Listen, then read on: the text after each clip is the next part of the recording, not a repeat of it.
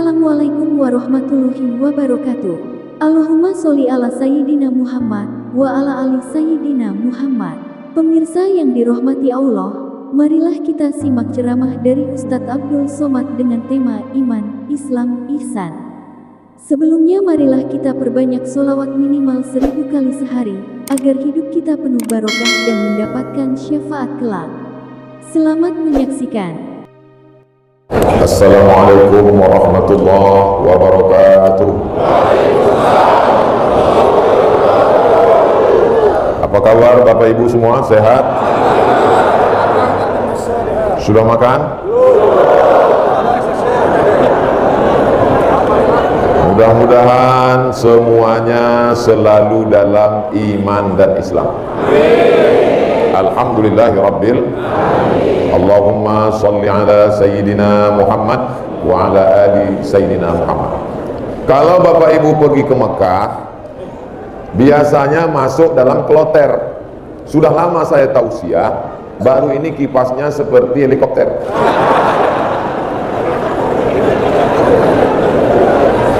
Itu cara biar supaya orang yang belum makan matanya melek. Ini jam 2, betul jam 2. Setengah 2 ini waktu yang paling genting, mencekam. Mudah-mudahan kita bisa bertahan sampai akhir. Ini nampaknya tirai sudah babak belur. Efek UAS, mencetak generasi Islami. Beberapa bulan yang lalu, kalau pergi ke Mekah, jangan lupa bawa peniti. Sudah sering saya tausiah, baru ini mic-nya diganti-ganti. Sampai mana tadi lupa.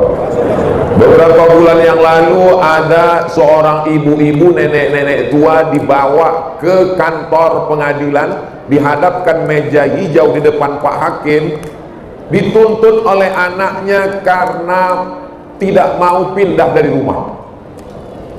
Sudah dapat beritanya? Nanti saya kirim linknya. Beberapa hari yang lalu dapat berita seorang anak meracun bapaknya dan ibunya karena dianggap akan mengambil gajinya dan selalu nuntut kapan kamu kerja, kapan kerja. Beberapa hari yang lalu dapat berita seorang ibu di tengah hutan diikat anaknya dengan rantai besi di lehernya. Saya tidak pernah mencari-cari berita itu. Dia masuk sendiri ke handphone saya. Ibu yang mengandung, betul? Ada bapak mengandung. Ibu yang melahirkan, ibu yang menyusukan, ibu tidak tidur malam menjaganya. Berapa kali tidak beli baju hari raya demi untuk sekolahnya. Setelah dia remaja, dewasa, tiba-tiba diikatnya ibu pakai rantai besi, diletakkannya di tengah hutan. Dimasukkannya arsenik ke dalam teh ibu, diracunnya ibu. Maka solusinya tidak ada lain, mencetak generasi yang Islam. Mau anak-anak kita menjadi orang yang paling durhaka? Ada adulukum ala akbaril kabair. Maukah kamu aku tunjukkan dosa terbesar di antara dosa besar? Apa itu dosa paling besar ya Rasulullah? Al-isyrak billah, mempersekutukan Allah. Insya Allah kita semuanya sudah selamat dari syirik, insya Allah. Ada yang punya ternak tuyul? Yang kedua uququl walidain, durhaka kepada orang tua. Tidak ada maknanya hidup kalau durhaka pada orang tua. Anak-anak, adik-adikku sekalian, kalau pernah durhaka mudah-mudahan bertaubat dan orang tuanya memaafkan, insya Allah. Maka tidak ada jalan lain mencetak generasi Islami. Yang pertama ditanamkan kepada anak kita adalah La ilaha illallah Muhammadur Rasulullah. Ini sekarang banyak ibu-ibu kalau anaknya nggak mau tidur malam, lalu kemudian mestinya anak yang tidak mau tidur malam dibacakan dia, nah ikut ya, Allahu la ilaha illa huwal hayyul qayyum la ta'khudhuhu sinatun wa la nawm lahu ma fis samawati wa ma fil ardh man dhal ladzi yashfa'u 'indahu illa bi idhnihi ya'lamu ma baina aydihim wa ma khalfahum ولا يحيطون بشيء من علمه إلا بما شاء وسع كرسيه السماوات والأرض ولا يؤوده حفظهما وهو العلي العظيم. Anak yang tidak mau tidur dibaca ayat kursi, bukannya takut-takut tidur-tidur, ada hantu. Hantu itu ada atau enggak ada? Oh, ragu. Makhluk diciptakan Allah, wa ma khalaqtul jinna wal insa alladzi waswisu fi sudurin nas minal jinnati wan nas. Jadi hantu itu mana? Hantu itu masuk golongan jin. Yang nakal-nakal, yang jahat-jahat itu disebut dengan hantu. Lain padang, lain belalang, lain kota, lain daerah, lain bentuknya, macam-macam namanya. Ada namanya Nyi Blorong, Sundel Borong, Suster Ngesot, Dracula. Ustaz kok hafal hantu? Hantunya kan tayang terus di TV. Percaya bahwa dia bisa memudaratkan kita, mengganggu kita, merusak kita, merasuki kita, itu sudah merusak akidah anak-anak kita. Maka kita ajarkan kepada dia, la ilaha illallah. Tidak ada yang bisa mengganggumu, tidak ada yang bisa memudaratkanmu, tidak ada yang bisa melukaimu, tidak ada yang bisa merusakmu, dengan syarat engkau berserah diri kepada Allah. Sebelum engkau berangkat ke sekolah, langkahkanlah kaki dengan menyebut nama Allah. Bismillahi tawakkaltu 'ala Allah, la haula wala quwwata illa billah. Sebelum engkau melakukan aktivitas, maka sebutlah nama Allah. Bismillahirrahmanirrahim. Sebelum engkau makan, ucapkan nama Allah. Bismillah. Sebelum masuk ke toilet, masuk toilet, sebut nama Allah.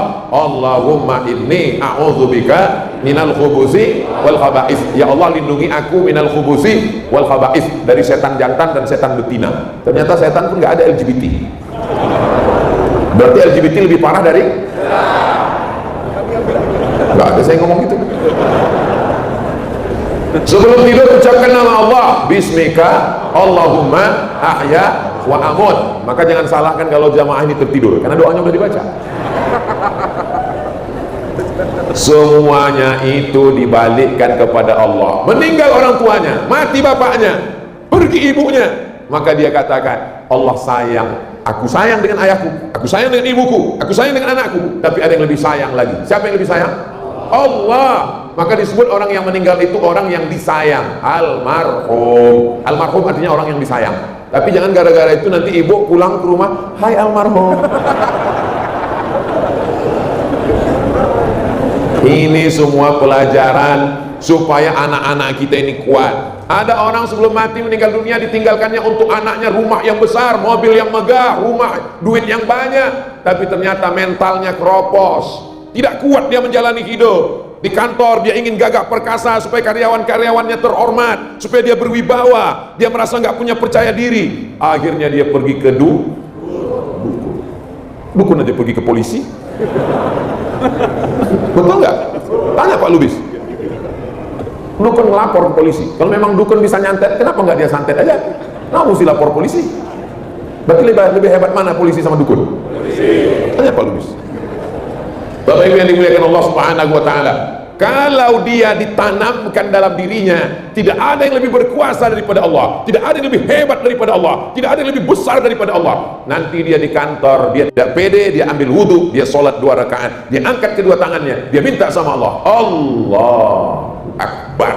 Kalau dia jadi pimpinan perusahaan, dia tidak angkuh, dia tidak sombong, karena ada yang lebih besar, lebih tinggi, lebih hebat daripada dia. Inna sholati wa nusuki wa mahyaya wa mamati lillah. Seandainya usahanya tidak berhasil, dia bangkrut, dia tidak akan stres, dia tidak depresi. Kenapa? Karena dia tahu bahwa ini ujian dari Allah Subhanahu wa taala. Dia akan berkata la haula wala quwata illa billah. Tapi kalau tidak ditanamkan la ilaha illallah dalam dirinya, saat dia berhasil dia akan sombong, dia akan angkuh. Tapi saat dia gagal, dia akan stres, dia akan depresi, dia akan pakai sabu-sabu, nggak ada uangnya, dia makan ganja, tidak ada duitnya, akhirnya dia pakai lem kambing, rusak otaknya. Ketika dia ingin mencari ketenangan, dia masuk ke diskotik, dia nyanyi rock, dia nyanyi R&B, dia masuk pop, nggak juga selesai, dia makan pil anjing gila, baru agak tenang dikit. Mau jadi apa dunia ini? Hancur Indonesia ini. Maka tanamkan ke dalam diri anak-anak kita yang pertama kali adalah iman la ilaha illallah. Adik-adik, waktu pertama kali lahir, apa yang pertama kali didengar? Asyhadu an la ilaha illallah.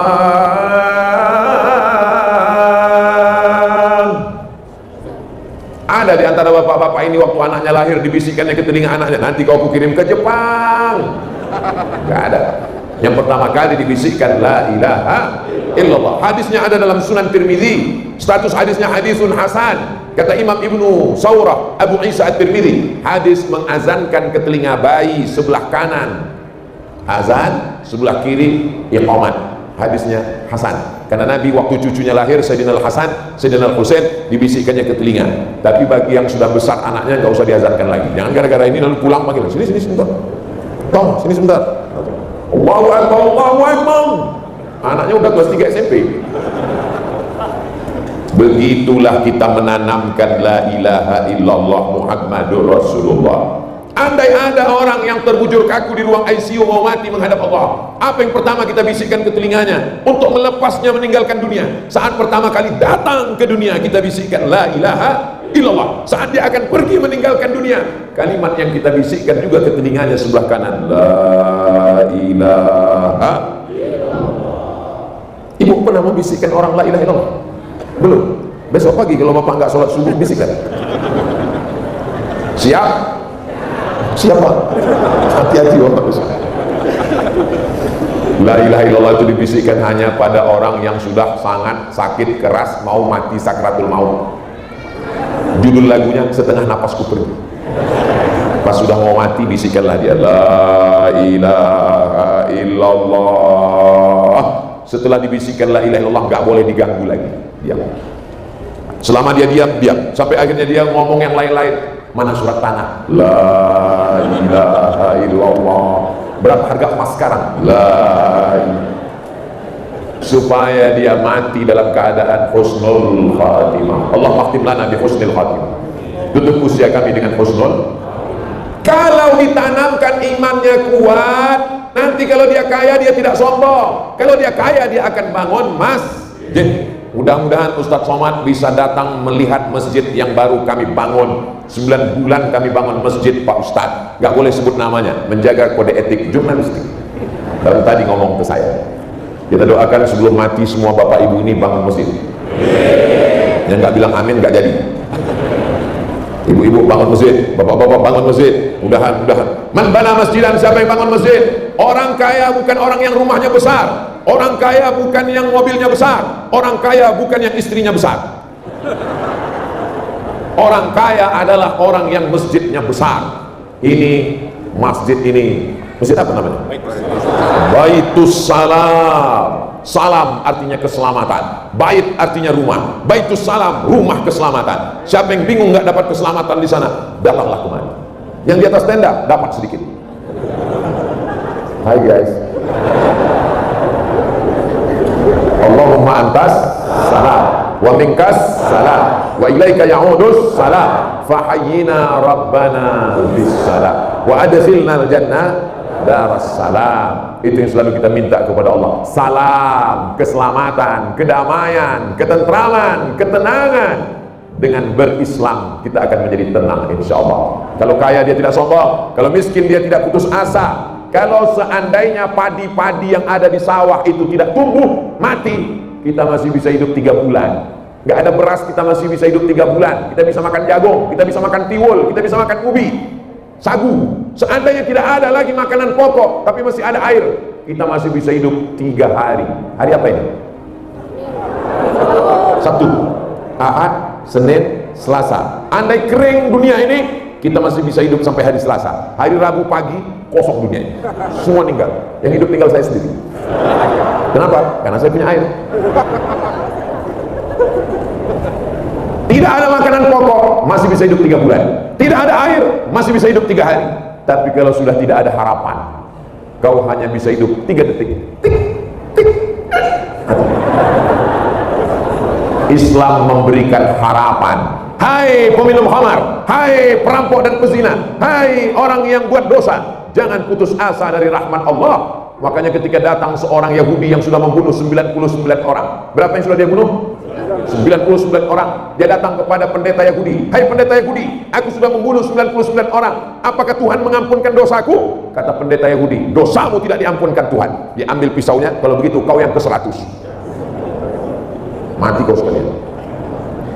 Tapi Islam mengajarkan, innallaha la yaghfiru an yushraka bihi. Allah tidak mengampunkan dosa syirik. Wa yaghfiru ma duna dzalika liman yasha. Allah mengampunkan dosa selain syirik. Dosa zina diampunkan Allah, dosa minum khamar diampunkan Allah, dosa riba diampunkan Allah, dengan syarat taubat nasuha. Mudah-mudahan kita semuanya taubatnya diterima Allah. Ustaz Somad, ya, taubat diterima itu apa tanda-tandanya Pak Ustaz? Enggak ada tanda-tanda fisik. Kabarnya orang yang taubat nasuha itu wajahnya putih karena banyak minum jus bengkol. Katanya orang taubat nasuha itu Pak Ustaz pulang dari Makkah badannya gemuk sehat karena nggak pernah ke masjid, tidur di hotel terus. Tapi ada satu ciri khusus. Apa dia? Ada perubahan. Sebelumnya orangnya pelit, bin bakhil, bin medit, bin kikir, bin kedekut, bin korek. Setelah dia taubat orangnya dermawan. Sebelumnya wajahnya cemberut, setelah taubat senyum terus, nggak ada orang pun senyum. Sebelumnya marah-marah, mau ngamuk aja. Perasaan yang marah-marah itu Ustaz Somad enggak. Ustaz ceramah kok suaranya begitu? Itu bukan suara saya, mikrofonnya bawaannya begitu. Aslinya suara saya ini lembut, sampai di sini jadi menggelegar. Kalau nggak percaya, nanti setelah saya pulang coba. Ada perubahan. Sebelumnya nggak pernah ingat masjid. Begitu setelah taubat hijrah langsung datang ke masjid. Sholat Jumat jam 12, jam 10 udah datang. Heran kok gak ada orang, rupanya salah setel jam. Sebelum taubat, sebelum hijrah, hatinya keras, gak mau nangis, gak bisa nerima nasihat. Setelah taubat, sedikit-dikit nangis, sedikit-dikit nangis, terutama tanggal 30, 31. Astaghfirullah Rabbal baraya, astaghfirullah minal khataya.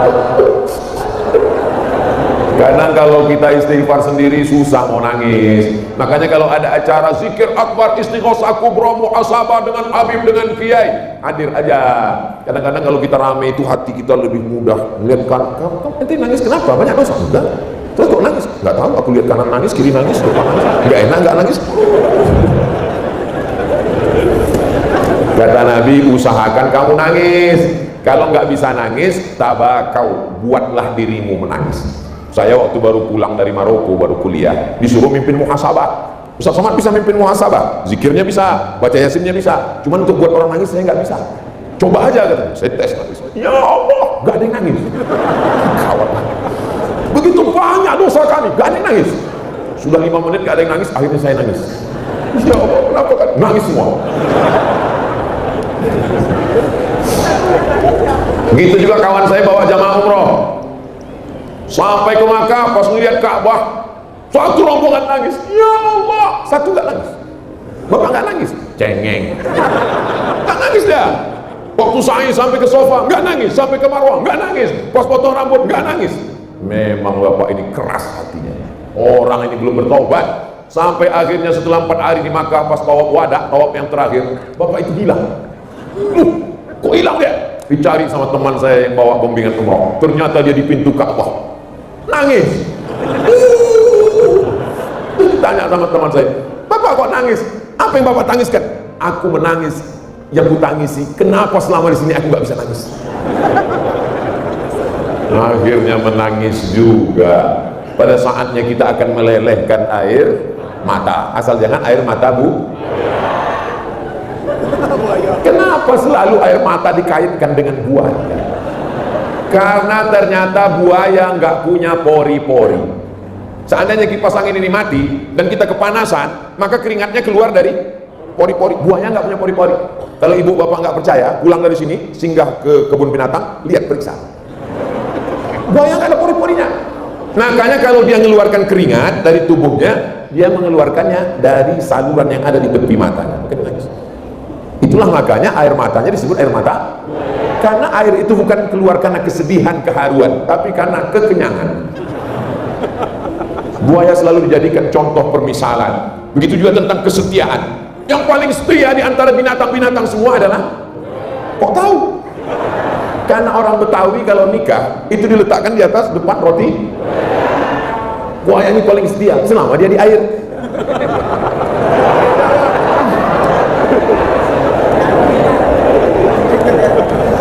Kalau dia dimuliakan Allah Subhanahu wa Ta'ala. Tapi jangan sampai pulang dari sini nanti yang nggak hadir nanya, dari mana? Masjid Baitul Salam. Siapa yang ceramah? Ustaz Abdul Somad. Apa temanya? Buaya.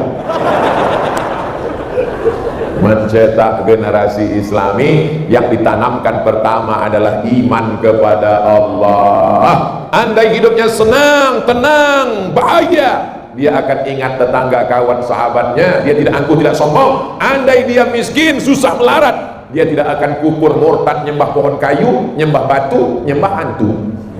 Dia akan berkata, iyyaka na'budu wa iyyaka nasta'in. Kalau dia berhasil, dia tidak akan berkata, ini karena otak saya, ini karena etos kerja saya, ini karena fisik saya. Pas ditanya sama tetangganya, ente kok kaya, ente kok hebat? Ini titipan Allah. La haula wala quwata illa billah. Ngomong la haula itu setelah berhasil, Beb, bukan sebelum usaha. Setelah berhasil, punya rumah, punya mobil, punya bisnis, punya usaha, punya kebun, punya pabrik, ditanya orang, banyak sekali hartamu. Ini titipan Allah. La haula. Ngomong la haula itu setelah berhasil. Orang sekarang enggak, pagi-pagi ditanya sama istrinya, abang enggak kerja? La haula. Kalau ada ibu yang suaminya gitu, jangan marah, diam aja. Nanti jam 12, jam 1 dia nanya, mana makan siang, Ma? La haula. Mesti ada usaha dan ikhtiar. Ini air punya siapa? Punya saya. Ini air punya saya. Ini sudah ditakdirkan Allah, tertulis di Lauhil Mahfuz, punya saya. Betul? Takdir saya tidak akan mungkin diambil orang lain. Betul? Tapi kalau saya tidak ada usaha untuk membuka tutupnya, enggak, saya nggak mau minum, cuma ngasih contoh. Kalau saya nggak ada usaha untuk memegang gelasnya dan menuangkannya ke mulut, apakah mungkin dia masuk ke mulut saya? Kalau cuma nganga aja, mangap aja nggak bisa. Itulah maknanya usaha dan kamu gimana? Kalau jodoh takkan kemana, dijemput. Kalau tidak dijemput, dia tidak akan mungkin datang. Betul? Masya Allah, tabarakallah. Kok usah tiba-tiba ingat jodoh? Lihat anak-anak muda yang luar biasa. Anak muda pakai masker, dia takut COVID. Yang pakai masker bagus, yang nggak pakai masker nggak apa-apa. Mudah-mudahan kita semuanya sehat walafiat. Jangan saling ngejek antara masker nggak masker. Yang nggak pakai masker ngejek, kalau nggak mati nggak akan mati. Kan saudara kita ikhtiar usaha. Nggak selamanya juga pakai masker karena takut COVID. Pas ditanya, ente kok pakai masker? Karena kau bau kali. Apa itu? Yang pertama adalah ditanamkan iman. Yang kedua ditanamkan adalah anta syahada an la ilaha illallah wa anna muhammadar rasulullah wa tuqimus shalah wa tuqimas shalah. Salat bukan somat.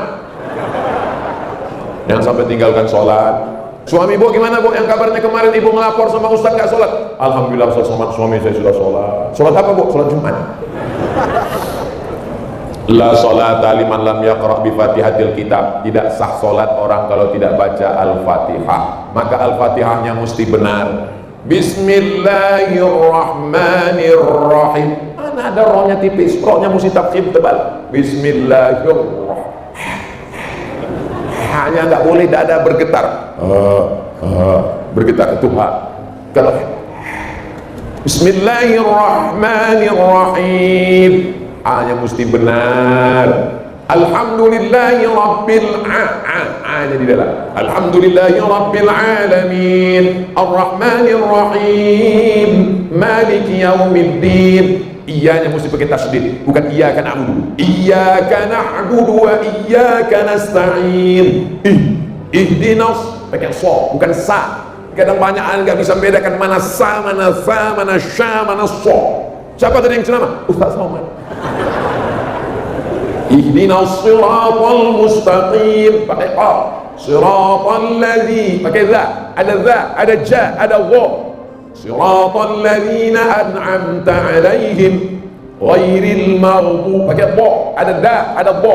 Ghairil maghdubi 'alaihim waladdallin. Ini Fatihahnya enggak betul. Pas ditanya sama calon mertua, coba baca Al-Fatihah. Kok nggak bersuara? Mohon maaf Pak, saya baru belajar zuhur sama asar aja. Jaharkan Al-Fatihahmu, dengarkan pada Habib, ulama dan kiai. La salata, tidak sah salat liman lam yaqra bi Fatihatil kitab. Kalau Fatihahnya tidak benar, akidahnya benar. Mesti yang kedua adalah Islam. Islam itu adalah ibadah, dan diantara semua ibadah ini tiangnya adalah sholat. Yang sampai tak sholat, yang perempuan cari suami yang sholat, yang laki-laki cari istri yang sholat. Ustaz Somad, saya baru tahu sekarang kenapa bapak saya dulu pesan kalau cari suami mesti yang sholat. Dulu saya salah pandang Pak Ustaz. Dulu saya sangka saya akan bahagia dengan dia karena mobilnya mewah. Saya sangka akan bahagia karena rumahnya seperti istana. Saya sangka akan bahagia karena uangnya banyak. Ternyata dia nggak sholat Pak Ustaz. Gimana rasanya Bu? Serumah sama orang nggak sholat? Ya seperti satu rumah sama babi hutan. Rabbana ja'alna muqimas sholat. Jadikan anak-anak kami ini semuanya orang yang mendirikan sholat. Jadikan kami orang yang memakmurkan masjid. Jadikan anak-anak muda ini semuanya anak muda yang hatinya tergantung di masjid. Badannya boleh di kantor, badannya boleh di mall, badannya boleh di pasar, badannya boleh sedang mengatur lalu lintas. Prit, tangkapnya anak-anak muda. Prit, lengkap semua Pak. Apa yang nggak lengkap? Ayo kita sholat berjamaah. Kira-kira mana yang lebih efektif dakwahnya? Saya atau Pak Polisi, Pak Kapolsek, Pak Lubis? Kalau saya ngajak, ayo sholat, orang nggak dengar. Kalau saya melarang anak muda, jangan main judi, jangan minum khamar, jangan mabuk, anak muda cuek aja. Emang masalah buat lo?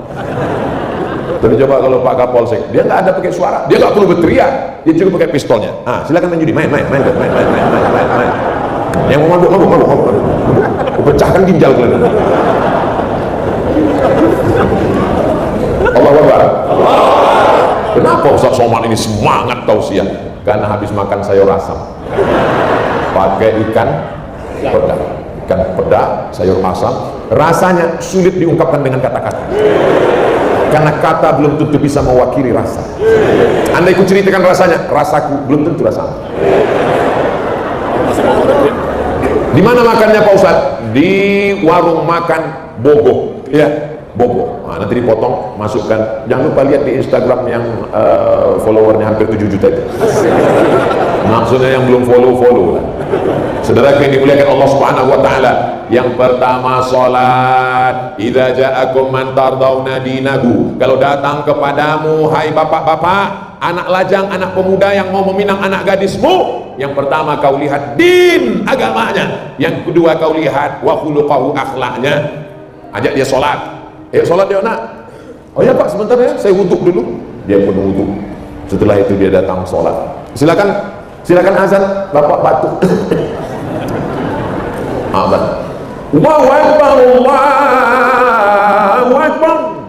Masya Allah, luar biasa. Cuman Bapak ini heran, pas dari belakang suaranya mantap, kok lehernya nggak keluar urat ya? Rupanya handphonenya ini.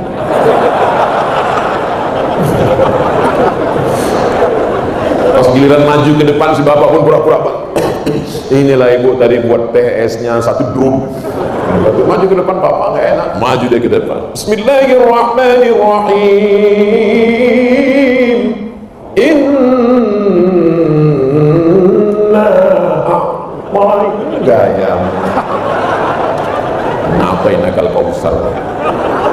Selesai sholat si Bapak nanya, nah setahu Bapak ketika ngaji di Masjid Baitul Salam tentang pemberadaan beberapa mazhab, kalau mazhab Syafi'i itu bismillahnya jahar, Bismillahirrahmanirrahim. Kalau mazhab Hanafi itu bismillahnya sir. Kalau mazhab Maliki itu nggak pakai bismillah, langsung alhamdulillah, alhamdulillahirabbil alamin. Perasaan Bapak nggak pernah dengar imam langsung inna aqaina. Ini mazhab apa nak? Mohon maaf Pak, itu mazhab grogi di depan calon mertua. sholatnya mesti diulang karena nggak baca Al-Fatihah. Dia mesti mengerti mana rukun, mana syarat, mana wajib, mana sunat muakkad. Belajar mazhab, paling tua Hanafi, nomor 2 Maliki, nomor 3 Syafi'i, nomor 4 Hambali. Ini fikihnya mesti benar. Setelah dia bisnis, punya pabrik, punya usaha macam-macam, punya ruko, duitnya banyak, dia tidak lupa membayar zakat. Ibu-ibu yang uangnya sudah senilai 85 gram emas, 85 gram emas, ingat 85, jangan pulang dari sini dari 58. Mudah-mudahan bapak-bapak, adik-adik semua tabungannya di atas 85 gram. Dari bunyinya seperti nggak yakin. Mudah-mudahan semua tabungannya di atas 85 gram. Wow, 85 gram. Siapa yang punya uang di atas 85 gram? Di bawah 85 gram nggak wajib. Di atas 85 gram wajib. 1 gram emas, 1 gram emas itu sekarang kabarnya sejuta berapa gitu. Pokoknya lebih. Tapi karena kita udah lama kenal, sejuta aja. 85 gram emas kalau dirupiahkan sekarang berarti punya tabungan 85 juta. Daripada payah kita ngitung 85, 100 kurang 815, akhirnya kita genapkan aja lah semuanya punya tabungan di atas 100. Amin. Maka keluar 2,5%. Jika uangnya di bank 100 juta, zakatnya 2,5%. Berapakah zakatnya kalau uangnya 1 miliar? Memang kalau belum makan siang memang susah ngitung. Kalau uangnya 1 miliar, zakatnya 2,5%, berapakah yang mesti dikeluarkan? Memang kalau udah cerita zakat ini banyak yang pura-pura bodoh memang. Kalau 1 juta 25.000, kalau 100 juta 2.500.000, kalau 1 miliar berarti dia keluarkan 25 juta. Dia bayarkan kemana? Basnas, Badan Amil Zakat Nasional. Dengan menanamkan generasi yang islami, dia akan berusaha karena targetnya bangun masjid, dia bangun sekolah, dia buat pondok pesantren, tahfiz Quran, anak yatim, fakir miskin, jompo, semuanya terselamatkan. Jadi kalau begitu orang Islam ini kaya atau miskin? Gimana mau bangun masjid kalau miskin? Gimana mau mencopot helikopter disangkutkan ke atas kalau miskin?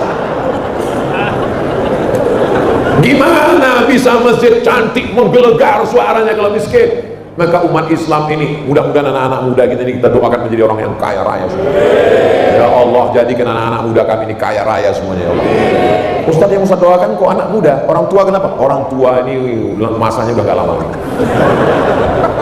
Orang tua gak perlu kaya-kaya, karena anak-anak mereka sudah kaya-kaya semua. Anak mereka membahagiakan mereka semua. Saya kalau ngomong begitu saya tidak ada maksud apapun pada orang tua. Saya sayang pada orang tua. Orang tua saya sudah tak ada dua-dua, bapak tak ada, ibu tak ada. Saya ini yatim piatu. Saya mau bersedekah kasih lah. Nanti saya salurkan lagi ke fakir miskin anak yatim muafat. Tapi ibu yang dimuliakan Allah Subhanahu wa taala. Nanti Ustaz Somad menjelaskan zakat kambing, zakat emas, zakat uang. Selesai acara tanya, siapa yang berzakat? Mohon maaf Pak Ustaz, semuanya fakir miskin. Islam mengajarkan bahwa dia mesti kaya. Man bana masjidan, siapa yang bangun masjid, banallah mislahu baitan fil jannah, dibangunkan Allah satu tempat di surga. Jadi siapa yang sudah bangun masjid, masjid Baitus Salam, siapa yang bangun masjid yang sudah 9 bulan berhasil bangun masjid, berarti sudah punya satu tempat di surga. Jadi kita yang belum bangun masjid ini berarti belum booking tempat, mungkin di kaki 5-nya kita nanti. Ada pula orang ketika ditanya, kau sudah bangun masjid? Nanti kalau nggak bangun masjid berarti kau nggak punya tempat di surga. Saya doanya memang selama ini nggak perlu tempat, Ustaz. Ya Allah, masukkanlah aku di emperannya aja. Aku jadi gembel-gembel surga pun nggak apa-apa. Salah, karena Nabi mengatakan idza da'autumullaha fas'aluhum firdaus.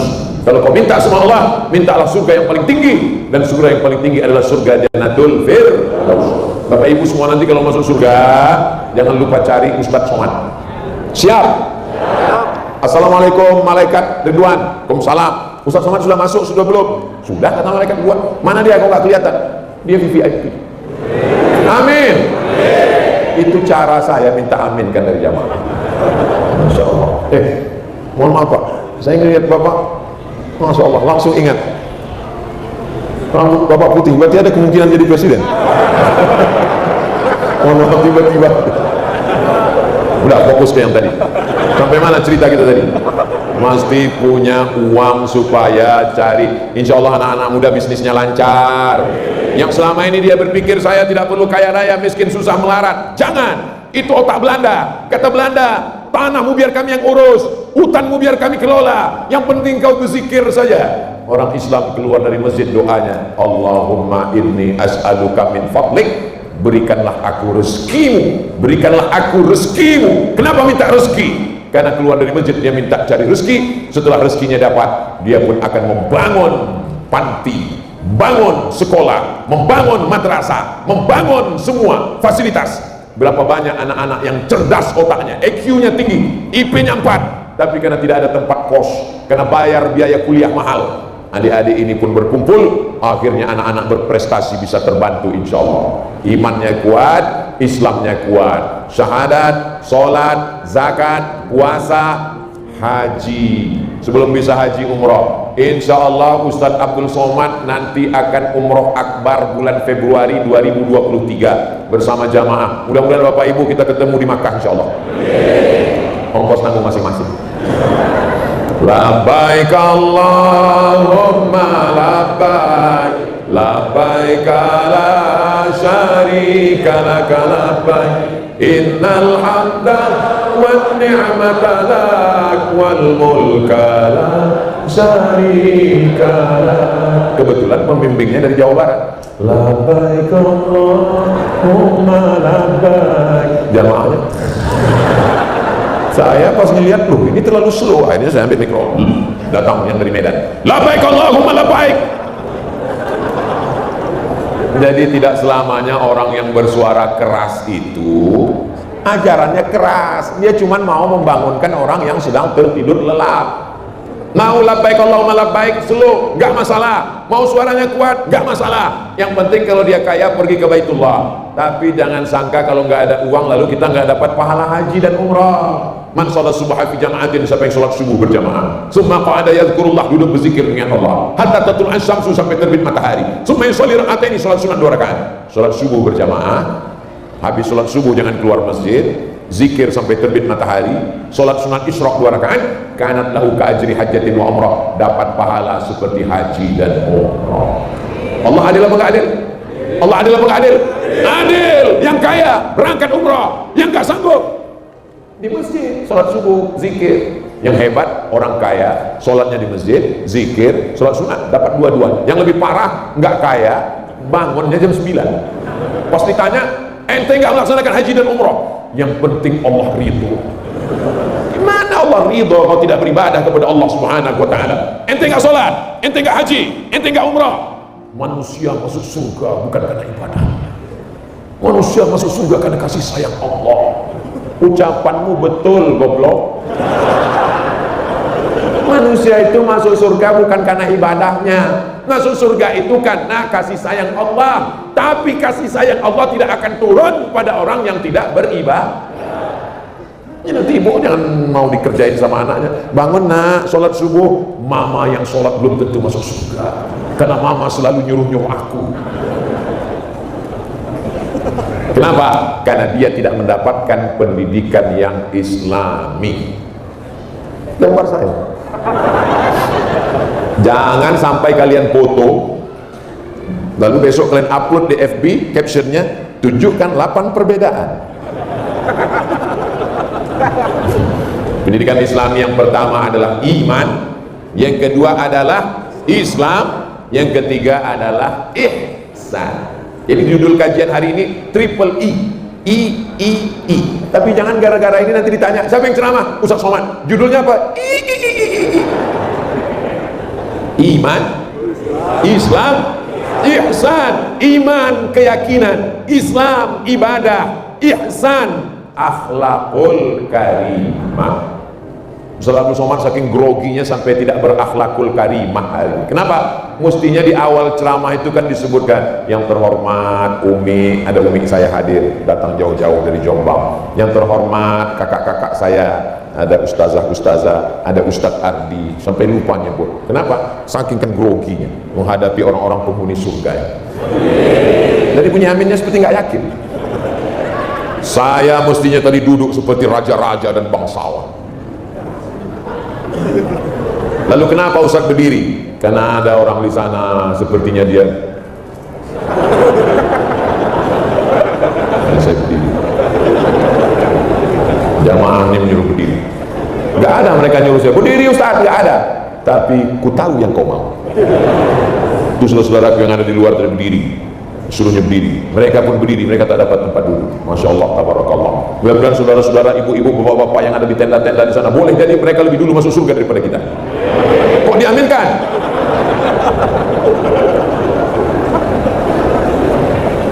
Ihsan, berakhlakul karimah. Saya sampai sekarang kalau duduk di kursi ada orang di bawah, dalam hati saya tetap ada rasa, kau nggak hormat sama orang Ustaz Somad, lebih baik saya berdiri. Tapi nanti kalau kelihatan saya duduk di kursi, itu jangan salahkan, berarti saya sudah capek betul. Tiga inilah yang ditanamkan ke dalam diri anak-anak kita: iman, Islam, ihsan. Di mana? Siapa di antara ibu yang bisa menanamkan tiga ini ke anak? Siapa di antara bapak yang bisa menanamkan? Saya pun tidak sanggup menanamkan tiga ini ke anak saya. Ini saya keluar hari Sabtu, besok Senin, Selasa baru saya pulang. Lalu siapa yang bisa menanamkan ini? Yang bisa menanamkan ini adalah lembaga pendidikan. Tapi Ustaz kalau nggak sebutkan namanya nanti kami bingung masukkan anak kami kemana. OSB, Omar Smart Brain. Pendidikannya apa Ustaz? Dari mulai TK, SD, SMP, SMA, perguruan tinggi. Nomor kontaknya Pak Ustaz? Hubungi nomor kontak berikut ini. Nanti dipotong video ini diisikan, saya upload insya Allah. Nanti akan diupload. Ini kameranya hidup menyala, hidup kameranya. Ini ada, ini ada, ini ada, ini ada yang pakai tiang, ada yang pakai tangan. Insya Allah ini nanti diupload. Nama channelnya Ustaz Abdul Somad Official. Subscribe, like, share, dan komen. Siapa yang sanggup membangunkan anaknya pagi mengantar ke sekolah, ngajar hadis, tafsir, fikih, akidah, akhlak, bahasa Arab. Di samping itu di kepalanya juga diajarkan fisika, biologi, kimia, bahasa Inggris, Pancasila, supaya dia cinta negara kesatuan Republik Indonesia dan dia tetap bertauhid la ilaha illallah Muhammad Rasulullah. Sayang kepada saudaranya, hormat kepada orang tua. Ini yang hadir bersama kita ini luar biasa. Hadir bersama rombongan kami, Teh Meli dan Bang Antohud. Kenal? Enggak kenal, diragukan keindonesiaanmu. Mereka hadir bersama kita pada kesempatan yang baik ini. Mudah-mudahan silaturahim kita ini tetap terjaga, terpelihara insya Allah. Ibu mau punya anaknya kaya, mau punya anak ganteng, mau punya anak yang pejabat, tapi ditangkap KPK. Maka insya Allah kalau dia tauhidnya kuat, Islamnya kuat, sholatnya tidak tinggal, dan dia berakhlakul karimah. Itulah makna doa yang selalu kita ucapkan. Rabbana hablana min azwajina wa dzurriyyatina qurrata a'yun, sejuk dipandang mata. Kalian belum bisa merasakan perasaan jadi ayah. Bagi saya sebagai ayah, senang melihat kalian kalau pakai baju koko, kalau pakai peci, hari Jumat berangkat, dibuka kamarnya saat malam sedang berdoa, Masya Allah, tabarakallah. Senang kami sebagai orang tua. Jangan sampai kami ini sebagai orang tua ketika membuka pintu kamar sudah jam 2.30 pasti tanya, udah sholat zuhur? Masih ada 15 menit lagi. Masya Allah, tabarakallah. Tadi saya mulai tausiah jam 2, jam 1.30. Sekarang sudah jam 2, 10 menit lagi. Ustaz Abdul Somad di mana-mana ceramah 60 menit. Kenapa Ustaz Somad itu kalau ceramah di mana-mana 60 menit? Karena kemampuan manusia menangkap paling bisa fokus 60 menit. Lewat dari 60 menit dua kemungkinan. Ke belakang atau ke depan. Kalau ke depan itu yang mulai. Omongan saya betul apa betul? Betul, karena nggak ada pilihan lain. Jadi fokus kita mendidik anak-anak kita. Jangan bayangkan Anda sedang membayar guru. Guru bukan karyawan laundry. Bawa pakaian kotor, celana kotor, baju kotor, spray kotor, antar ke laundry, bayar. Anak nakal, anak nggak benar, anak bejat, masukkan ke sekolah. Ketika anaknya gagal, gurunya dimarahi. Guru adalah orang yang paling berjasa dalam kehidupan. Ustaz Abdul Somad sampai hari ini jadi orang ini karena Karena guru saya. Dan saya tidak pernah dendam ke guru-guru saya, walaupun kepala saya dulu dijedunkan di tiang. Papan tulis, Abdul Somad, bodoh kali. Tapi saya nggak dendam, saya cuma ingat aja. Buktinya pas acara reuni sekolah, saya ambil kain sarung, saya masukkan uang, saya bungkus pakai kado, saya serahkan, semua dapat. Ibu yang mukul kepala saya dapat. Nggak ada, saya bilang jangan pukul lagi ya, nggak ada. Dan setiap saya tausiah ceramah kemana-mana, semua guru saya dapat pahala persenan semuanya. Bukan 1%, bukan 10%, 100% dapat pahala ceramah saya. Kalau pejabat selesai 5 tahun, 10 tahun selesai. Tapi kalau guru nggak ada pensiunnya, sampai mati, sampai liang lahat, sampai hari kiamat tetap mengalir, insya Allah. Mudah-mudahan Bapak Ibu guru insya Allah sehat walafiat. Saya insya Allah kalau disuruh ceramah tabligh akbar di stadion Bandung Lautan Api, ceramah Ustaz Abdul Somad di stadion 200.000 orang, relawannya 2.000 orang, sanggup saya tahu, ceramah sanggup. Tapi kalau disuruh menghadapi anak-anak TK, Assalamualaikum warahmatullahi wabarakatuh. Berikut ini mari kita dengarkan tausiah yang akan disampaikan oleh Profesor Datuk Seri Ulama Setia Negara Dr. Abdul Somad LCDS PhD. Depan anak TK, nggak ada yang peduli satupun. Saya udah berdiri di depan, mereka tuh saya pun pura-pura supaya mereka seriuskan. Assalamualaikum. Gak ada yang peduli. Sudah 5 menit mukadimah, dalam hati saya, gawat ini, hilang harga diri kita ini. Akhirnya saya mohon kepada ibu, mohon maaf ibu kepala, bisa bantu saya menghadapi, ibu kan pawangnya kan. Akhirnya si ibu datang, ibunya kecil aja, kecil segini saya, kecil lalu diri, anak-anak semua ikut ibu ya, tepuk anak soleh, ikut semua, seolah-olah Allah Ta'ala ingin ngasih tahu, yang katanya profesor, yang katanya ustadz, kau nggak ada apa-apanya di depan anak-anak ini. Maka ibu mungkin ada yang dokter spesialis, ibu mungkin ada yang dosen guru besar, bapak mungkin ada bisnismen, tapi menghadapi anakmu kau belum tentu bisa. Maka ketika anak saya suruh baca ayat, nah, coba baca ayat Quran.